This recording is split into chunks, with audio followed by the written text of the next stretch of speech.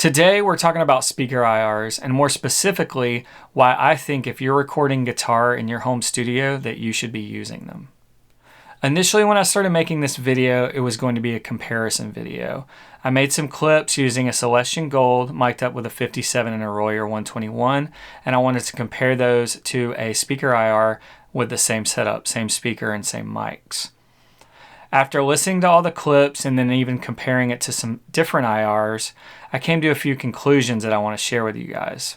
Let's take a listen to the clips, and then after that, I want to give you guys 3 reasons why I think you should be using speaker IRs. All right, let's get into it.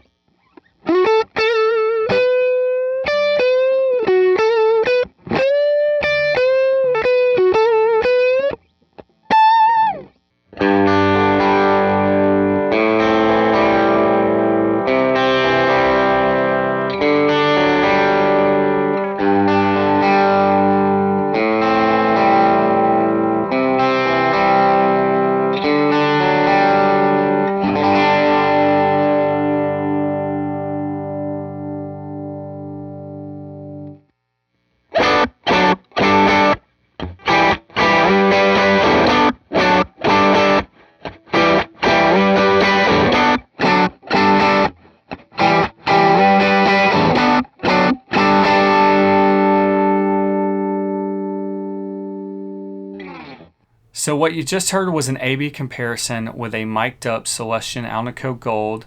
It was mic'd up with a 57 and a Royer 121. That was A-B'd with a speaker IR from Tone Junkie using an Alnico Gold mic'd up with a 57 and a 121. Now we're going to listen to some clips. These won't be as extensive, but comparing that same mic'd up speaker with a few IRs from Celestion, Michael Britt, and 2 Notes. Check them out.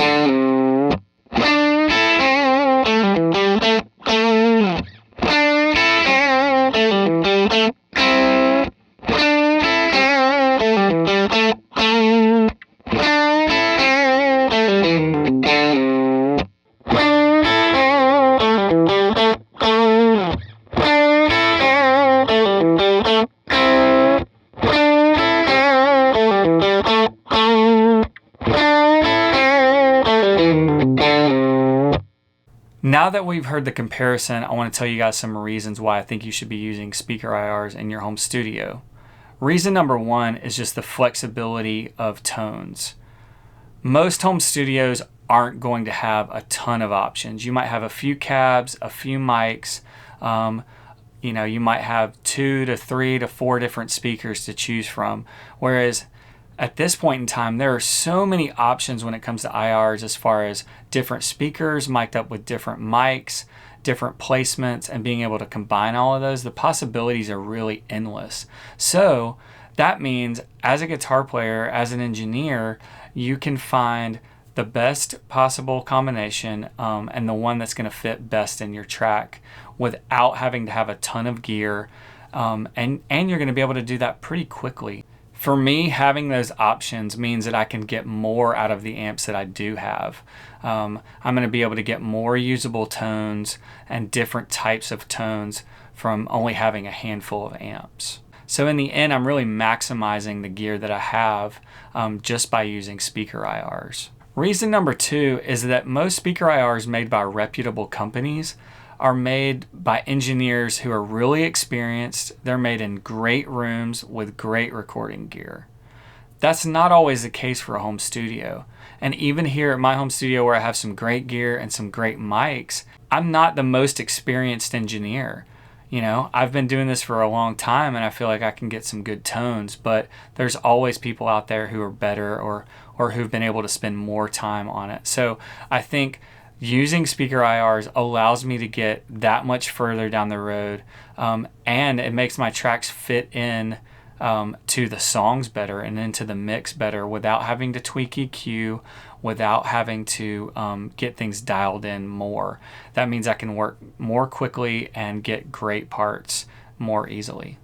This actually reminds me or makes me think of one thing that I hear a lot of people say about speaker IRs, and one big critique of speaker IRs is that they sound bright or they don't have the same body. And I think the reason why is because most of the time, all that low end in the body that we like as guitar players, it gets pulled out in the mix. And so I think speaker IRs and people who make them a lot of times pull that out so that it's easier to fit in the mix from the start. That being said, I think there are people who are making speaker IRs who are more geared towards those bigger, warmer sounds. I think the Tone Junkie IRs that we heard, and also the Michael Britt IR, both of those to me have that fullness and that body. And I think that has everything to do with the capture and the way the speaker IR was made. I don't think it necessarily is a representation of the format of IRs. This next reason has been huge for me, and that's the ability to record guitars silently is a huge win for me when it comes to speaker IRs. I have a family, we live in a small house in the city, so we have neighbors that are close by, and I can't always crank guitar amps. Also, outside noise isn't an issue. I don't have to worry about passing cars or anything like that when it comes to speaker IRs. That means I can record any time of day, no matter what else is going on. I'm not going to bug anybody. And having that flexibility means that I can get the tracks more easily, and I'm not having to work around the time of day or whatever else might be going on around me. As always, thanks for watching this video. Let me know what you think in the comments. Also, let me know what some of your favorite speaker IRs are. IRs are. Anyways, if you haven't already, please like this video, subscribe. Until next time, I'll see you out there.